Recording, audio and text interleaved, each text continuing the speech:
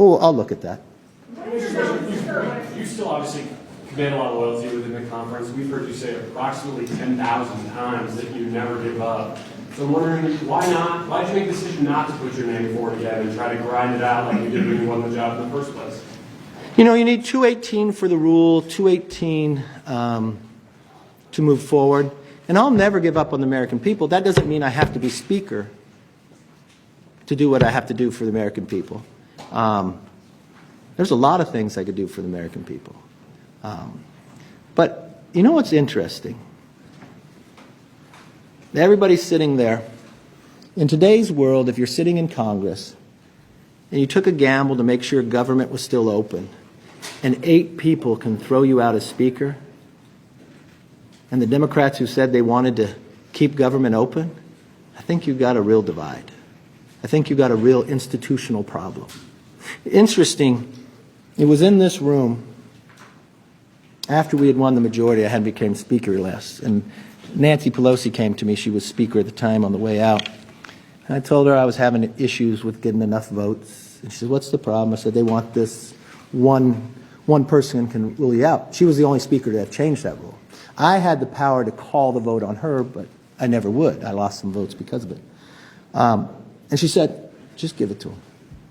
I'll always back you up. I made the same offer to Boehner and same thing to Paul, because I believe in the institution. I think today was a political decision by the Democrats.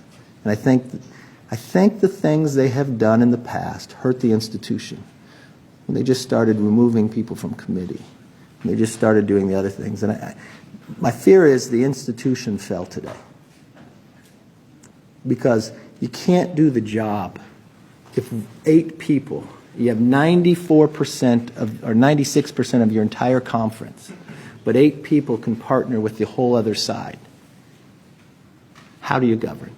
And for them to make a motion on me because I made a decision for the country that they agreed with, but they choose to do the other, that becomes a problem. Yes, sir. So, one, are you planning on endorsing a successor to you? And then I might. I might. You might. Yeah. Who would that be? I don't know who's running it. Okay. I'll talk to people.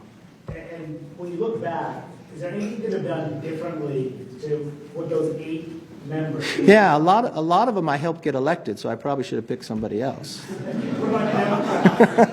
What if the 200 don't give up on you? I see Jim Banks here. There's others that really, really support you. You know, we Nominated again. If you keep getting nominated, will you stay? you know, I love these 200. They've gone through so much. They're down in the conference. They want me to. They'll say they're going to keep voting for me. I think you should put the country first. You know, this job was never about me. I hope you felt that I always felt, what can we do best to move forward? I mean, I treated Hakeem the way I wanted to be treated. I'd tell him things we were doing throughout, so he never was questioned. I wanted to bring the body back differently. We created a select committee on China. I changed the Intel committee. They just came back from MIT where they all had bipartisan briefing on AI and quantum. Started doing briefings with AI the whole conference of Republicans and Democrats alike. We're far from solving that problem, but I'm proud of what we were able to do there. So we'll continue. Yes, sir. When did you make this decision? Did you know the most eventually succeeded that you would not run again, or was this right afterwards? You know, not all those 8, but these are the same people that never voted for me. They thought it was big. They went to present after we went through 15 rounds. Why do I do something for myself that can hurt the country? Why create? I'm not quite sure those individuals are looking to be productive. It concerns me as a Republican based upon watching what they do. I want to be a Republican and a conservative that governs. And we're going to have to find our way to do that.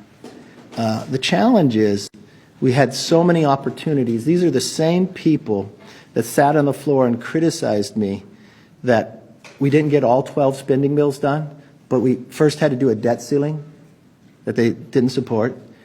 They held up every appropriation bill in the summer because they wouldn't let it come through. After the debt ceiling, they stopped us from doing anything on the floor. When we had a continuing resolution that would do something on the border, I listened to one talk about how it made him think about the border and when he voted against it. And then they wanted to challenge me because I worked with the other side so America could go forward and government could stay open. You know, if you have to lose for something, I will always lose for the country. It is a much better battle to have. Yes, sir. Doing this job, what advice do you have for the next speaker? What would you like to see the next speaker? Change the rules. Do you regret allowing that rule to be in place? Do you think I let it? I mean, for the whole point, I mean, if you talk about like a Gaetz, the Gaetz came to the whole conference and said, we will never use this. We'll never use this, you know. I mean, this is a man that sat there on the 14th vote and said, okay, I'm going to vote for you next time, and falls back and not. So, I mean, it's just the trustworthiness of a lot of individuals. It makes it difficult. But I do not think, regardless of who the speaker is, that you should have that rule. You know, everybody had it but Pelosi, but it was never used until it started getting used against Boehner. And if the entire other, if you can always count on the other party to vote in a block against it, then you're allowing 4 to 5 people to control whatever. So it doesn't matter even if you have 96%. So that is not a government that works. That is chaotic. Last question. Yeah. Is there a Republican Party on Okay, wait, go right ahead. I hear you talking about the challenge of governing, the challenge to Republicans. I wonder what you think this means, what this says about the Republican Party. I don't think it says about the Republican Party. I think it says something about some people who are not a conservative. I mean, if you were a conservative and you only had one entity making the battle and you vote against securing the border, you vote against cutting this wasteful spending, and then you partner with all the Democrats. Now, you'll phrase it all the other different ways. That's not a conservative. Look, you all know Matt Gaetz. You know it was personal. It had nothing to do about spending. It had nothing to do about everything he accused somebody of he was doing. It all was about getting attention from you. I mean, we're getting email fundraisers from him as he's doing it. Join in quickly. That's not governing. That's not becoming of a member of Congress. And regardless of what you think, I've seen the text. It was all about his ethics. But that's all right. Mr. Murphy, can I just clarify really quickly from the first question? Are you considering resigning? No, I said, he asked about that. I haven't thought about that. I said, yeah. And then just on where you're placing the blame, you said the institution is... Look. No. I'm not going to blame anybody. There's not blame anywhere. Look, I give it as good as I get it, right? So you know the challenge. I knew going in. You would take a poll all the time. Is he going to get thrown out this week? But you know what? If I lose my job over doing what I truly believe what's right, I'm very at peace with it. You asked earlier, like, when did I decide? I knew they would make the motion on me. It didn't make one bit of difference. I felt very comfortable in that decision. And I think the American public believed that decision was right. Matt Gaetz should be expelled from the Republican conference. That's the conference's decision. Mr. Carty, now, you mentioned that you're looking to maybe help Scalp in another way. Would you consider having another position somewhere in Congress, whether it's leadership or the chairmanship? Can you talk about that? No. There's a lot of great people in conference. There's always other people to do jobs. It is amazing the talent that we had. And the one thing I've always hoped as Speaker, that we lifted more of that talent up. I look at people doing a lot of different jobs and the different opportunities we did, and they're doing an exceptional job. We have so much talent. It is remarkable. Yes. Thank you. Is this kind of, in your mind, a little bit preordained from the beginning? Obviously, it was a much more narrow majority than what you anticipated, what Republicans considered. 15 rounds, the longest speaker's race since 1859.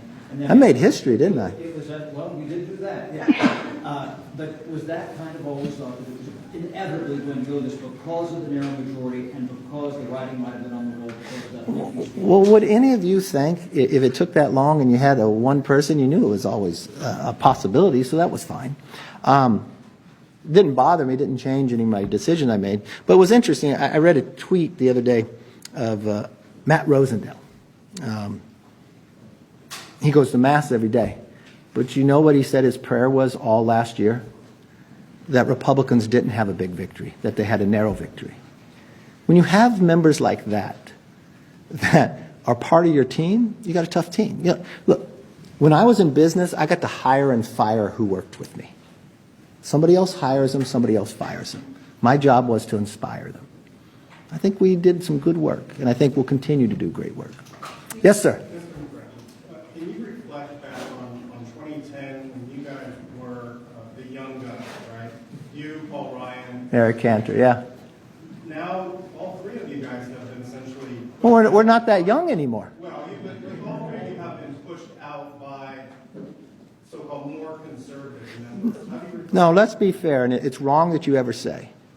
They are not conservatives. They voted against, one, the greatest cut in history that Congress has ever voted for, $2 trillion. They voted against work requirements. They voted against NEPA reform. They voted against border security. They voted against... They don't get to say they're conservative because they're angry and they're chaotic. That's not the party I belong to. The party of Reagan was if you believed in your principles that you could govern in a conservative way. They are not conservatives, and they do not have the right to have the title. Yes. Are you worried that Donald Trump has turned your party in this direction that makes it difficult to govern, and makes it difficult to get conservative wins? Why do you say that? Because your question doesn't hold true to history. When Donald Trump was president, we did tax reform. You can look at all of our different successes. So, I mean, you may dislike the policy, but we've been very successful. You watched the Abraham Accords. I mean, you can go victory after victory. The price of gas, we were energy independent at the time. We had more businesses growing at the time. We didn't have to evacuate our embassies. You know, it's easy on its merit to see the difference of what Biden has destroyed America to what the policies we were able to create. Yes, sir. Can I ask you, what about your conversation with King Jeffries? What did he ask from you? What were you asking from him? No, we didn't ask for anything. You didn't ask for anything at all? You didn't ask for anything, impeachment inquiry or anything like that? No. And, you know, I have a lot of respect for Hakeem. He wants to win the majority. I heard what they said in conference, you know. Why would they vote for me if I've won every time as leader? I raised 70% of all the money. It's an opportunity for them. The real question to the 8, why would you enable and allow the Democrats to do it? That's the question, yes. Do you regret making concessions to those holdouts? What concessions did I make? You could have leaned towards Democrats to give them possibility. To what? To secure speakership in the first. Look, I'm not going to, no. I'm a Republican. I win by Republicans and I lose by Republicans. It's not that way. And so, did I work with, I believe you should work across the aisle. I worked across the aisle at times. Do I want to make the bill the most conservative possible? Yes, that's the goal. It's difficult when you can't get 218 for the conservative bill. And then they want to challenge you when you went and solved and kept the government open. Yes, sir. For the last few months, you've been a firewall against the debt ceiling crisis, government shutting down. We did pretty well, didn't we? How big of a risk do you think a shutdown is in November without you as speaker? Other people can do the job. You know, it's interesting. I've never received so many texts from so many senators about how big a play we just did the other day, or how many congratulations about the debt ceiling and the other. I mean, if I would go back to the days before the debt ceiling, none of you even thought I'd get a meeting with the president. All of you'd ask me, is it going to fall off the cliff? End of the day, we worked an agreement out. Some of those people got mad about it, but 2/3, the highest number of Republicans ever voted for a debt ceiling when you had it. And you only negotiated based upon the deal we went. That was the moment they wanted to go after, and that's what they continued to follow through. You mentioned that Yeah. you don't mind negotiating, and you think that's part of the job. So You should. Look, government's designed that you have to have compromise. No, you can't get everything that you want. You know, you got a House, you got a Senate, but you had more to the question. Well, my point was, my question was just going to be that some of the criticism leveled at you today by both Democrats and by Republicans is that perhaps you've been too transactional. In which way? Part about keeping your word. In which word did I not keep? Name one thing I did not keep. Gaetz says that there's several things you didn't keep from January. Oh, no. Tell me. What did Gaetz say? What did I not keep in Gaetz' mind? Because Gaetz had never been a part of a discussion. Just because Gaetz said something, don't believe it's true. I haven't heard him say one true thing yet. Democrats say you reneged On what? the ceiling bill. On what? On the debt ceiling. That is not true. So no. If you're going to ask the question, you're going to say it. Tell me how I did something different on the debt ceiling bill. Any of you. Tell me what I did different on the debt ceiling, that I didn't keep my word.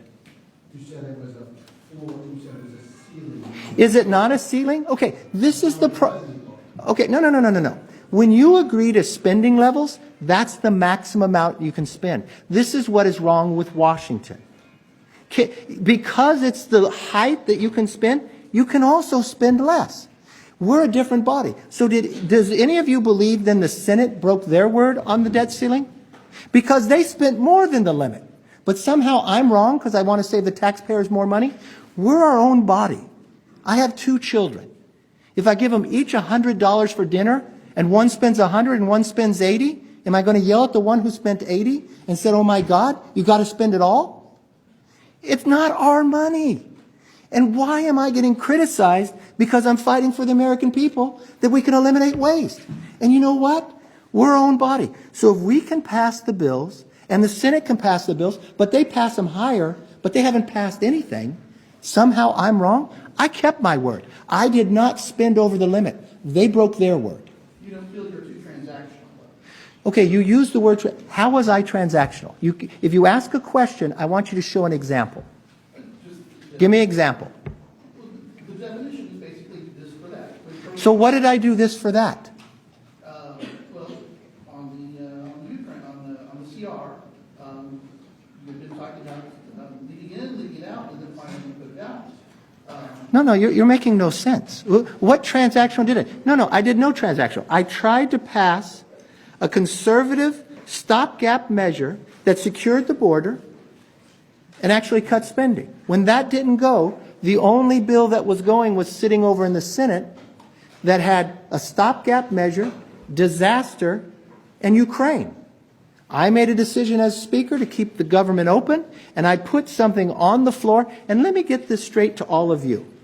Because someone said I did wrong. 72-hour rule, I'm the only one who's lived by it. We're the ones who created it. We never broke the 72-hour rule. The bill I put on the floor was a suspension, which takes a 2/3 vote. And you know what? You can put a suspension on a rule, and you can waive it based upon the leadership. That's exactly what I followed. So my question to you is when somebody says something, don't take it that it's gospel. Why don't you ask them to point?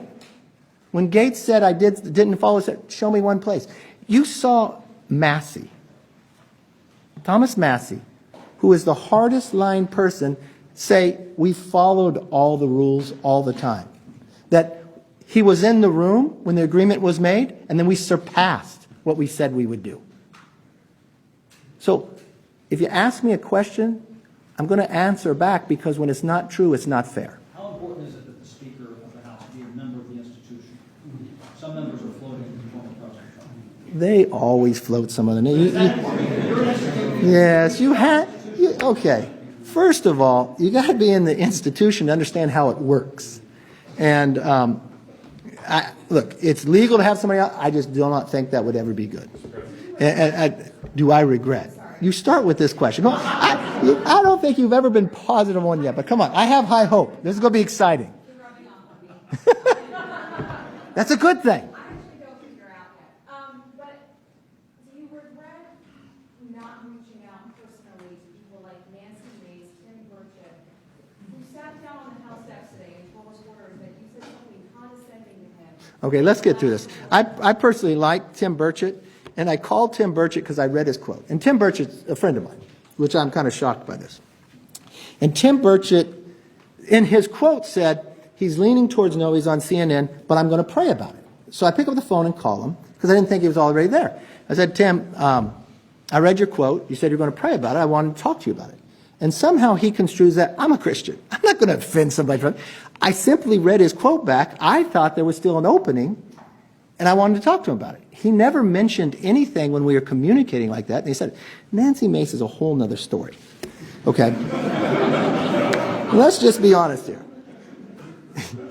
This is the one that I just got a text from her primary opponent saying, "Why'd you spend $3 million?" But I called Nancy Mace's chief of staff yesterday, and because I called the chief of staff. Well, she was on The View saying I didn't keep my word, so I didn't know what to listen. I can't say this in the press, but okay. But so no, you'll keep it among yourselves, right? Wait till my book. No.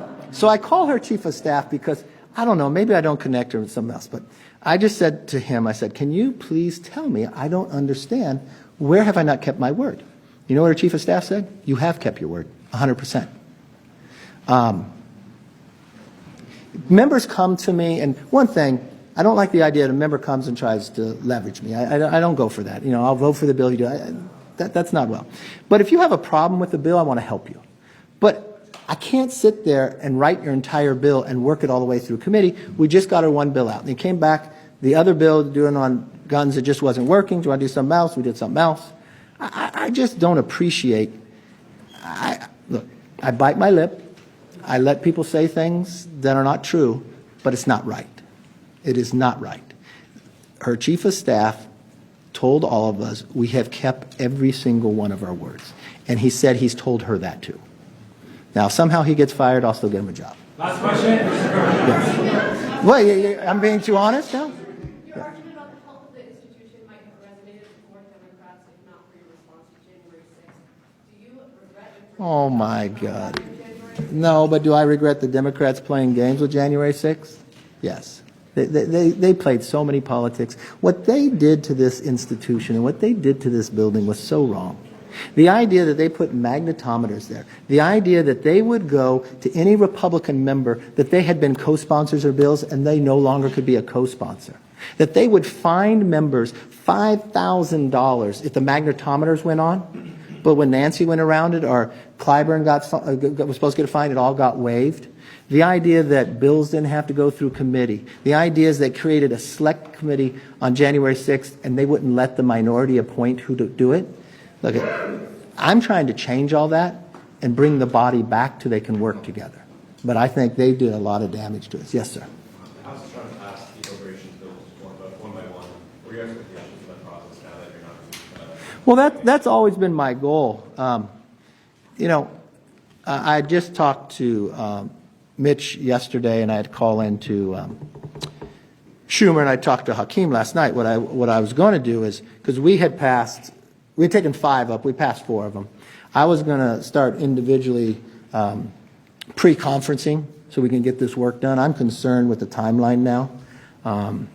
Look, I truly believe at the end of the day we can get this all worked out. I do believe at the end of the day we could find common ground and do something about the border. I don't know if this has caused problems. Look, I was doing Squawk today and they had the other TV on, MSNBC. And the first time I saw MSNBC running a whole story about the border with people just walking across. You know, Pritzker sent a letter yesterday about the immigration. Massachusetts governor, state of emergency. Connecticut. Everybody is becoming the #1. They cannot ignore it. And I had told my members all before, I heard Gaetz say some on the floor that, oh my God, Kevin asked for a stopgap measure when we came back. The whole plan was because those 8 and a few more had held up passing any of these approach bills all summer, I was going to do just what we did Saturday, a stopgap measure with disaster. I'd gone out to Hawaii. We looked what happened in Florida. Those people shouldn't be held back. And we could finish doing it all individually, but somehow they think that's a dirty word. Yes. Have you spoken with your family since this Oh, yeah, we Jackson color. Oh, my poor mom. Have you guys met my mom yet? My mom's fabulous. My mom's this Italian lady. And she calls me the other day. She said, she gets worried. She reads what you guys write. And she says, I'm so nervous. I said, why, Mom? It's all right. She said last night she went in the house and she left her car running in the garage all night long, right? And my mom only fills her car up once a week at Costco on Wednesdays, then calls me because the price, she still lives in California, the price of gas is so high. She asked me what I'm going to do about it. But look, I think this job is always harder on your loved ones than you yourself. So they'll be okay. Did you make a side deal with the White No. House on Ukraine? No. Unequivocally, no. Unequivocally, no. If you want to categorize this, let me see, because people think some big side deal. I did tell when we were doing the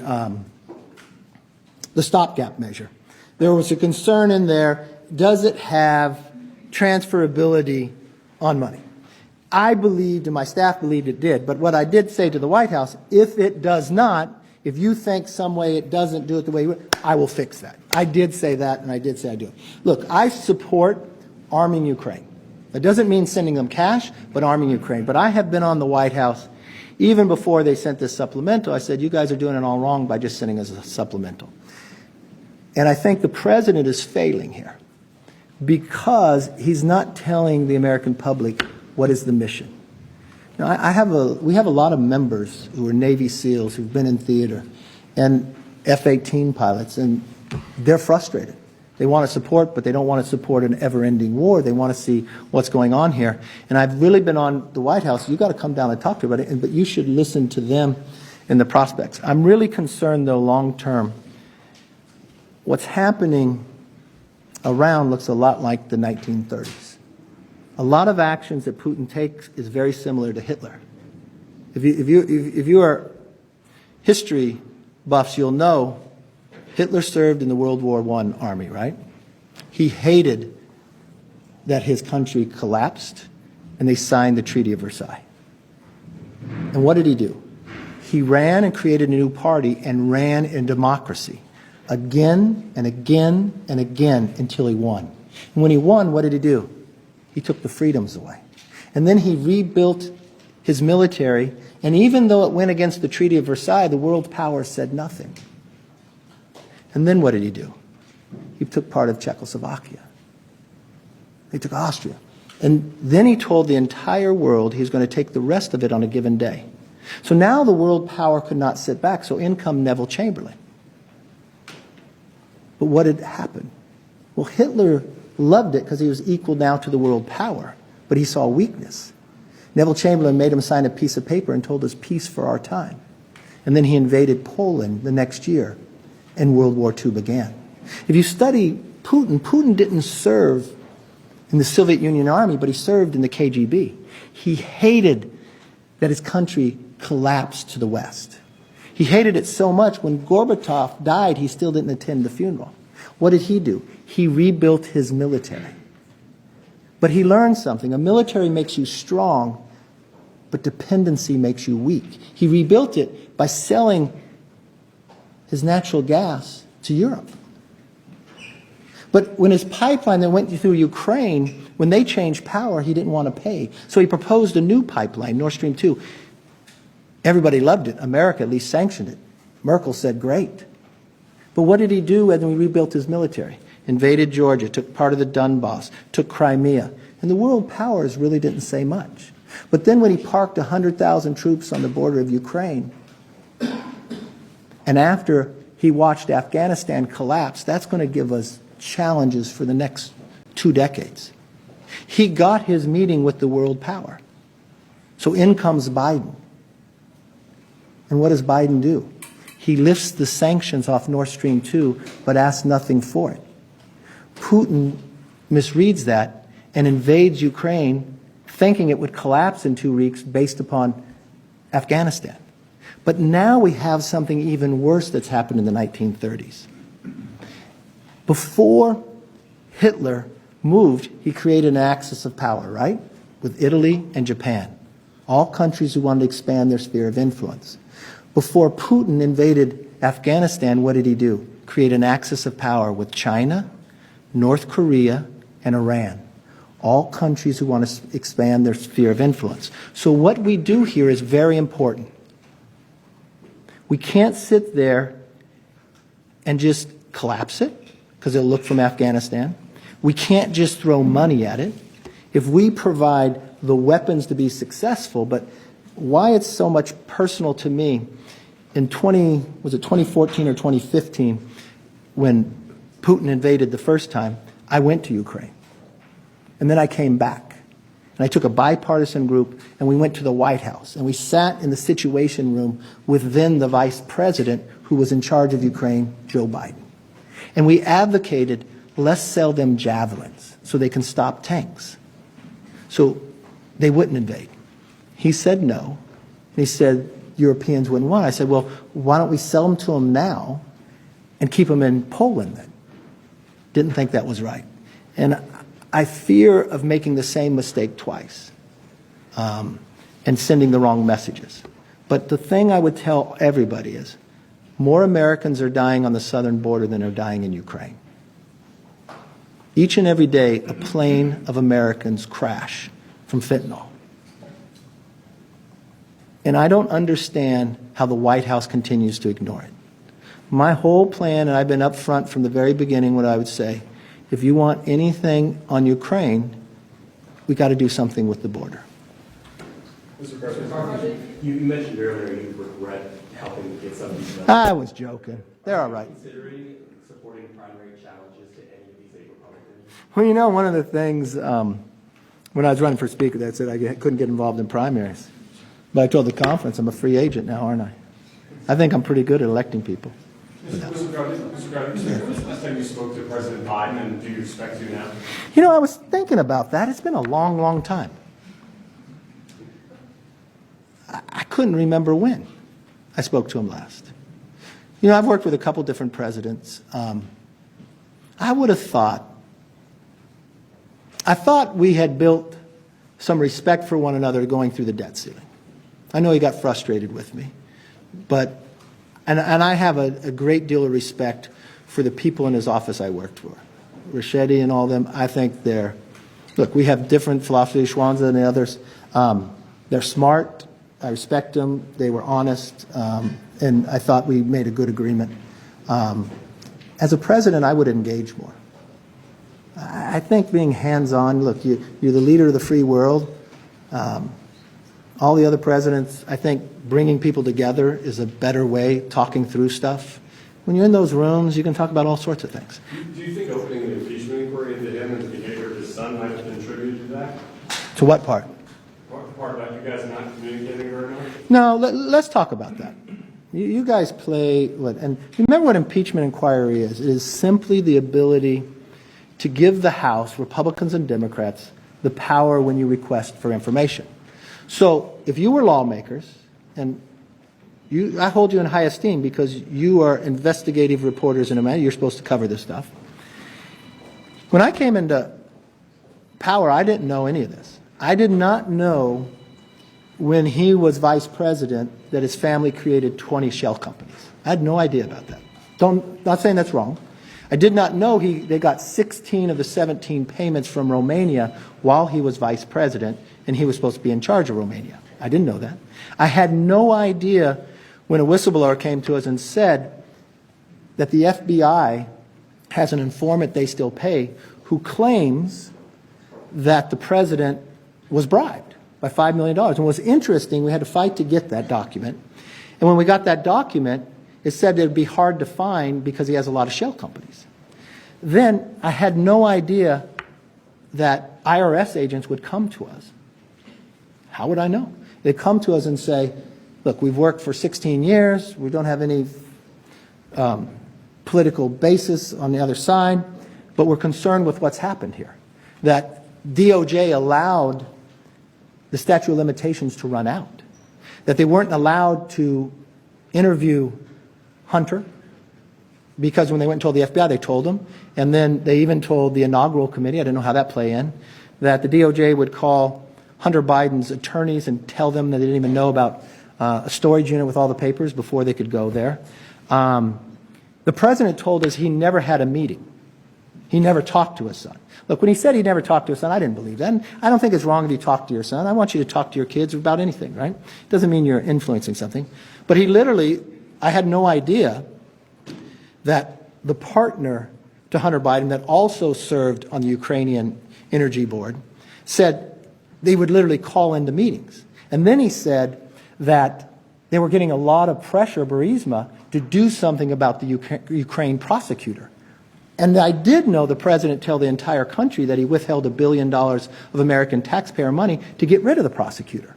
And then we found out that the president not only called into meetings, that he went to Cafe Milano. He went to Cafe Milano more times and met with the foreign business partners of Hunter Biden than he has gone to the border in 50 years. But with each meeting that you went to Cafe Milano, and I've never had this happen. I've been to Cafe Milano, but I've never gotten a new Porsche the next day, and I never got $3 million wired to me from a Russian oligarch. So, if you knew all of that, would you at least say, I think there's more things. We've never asked for the tax or the bank statements of the president, of Hunter, or anybody else. And these 20 shell companies had credit cards that were being paid. Now, this laptop that was supposed to be Russian that we now found out was Hunter, in there, he did say his father would take the money from him. He did make, and we did find out that the president, I didn't know this when I became speaker, used another name while he was vice president for emails. And in one of the emails, it said that it only went to him and his son, Hunter, and it was about a phone call he was going to have with the president of Ukraine. Now, if you knew all of that, would you say, oh, I don't have any more questions? Or would you at least, as a lawmaker, and you have a role here, wouldn't you at least say, okay, well, we're going to have to go get some more documents. And if you're going to get more documents, I just want to make sure if they're going to fight it and string everything out, that we can get it. That's all impeachment inquiry. Now, if that made the president upset, maybe he shouldn't have lied to us from the beginning. Yes? Thank you, sir. Former President Trump was very active in supporting you when you won the Apple calling members. Mr. Gaetz, I know you said Mr. Gaetz is not telling the truth on several things. You claimed today that the president was supportive of what he was doing to remove you. What was your experience talking with him? I doubt if that's true.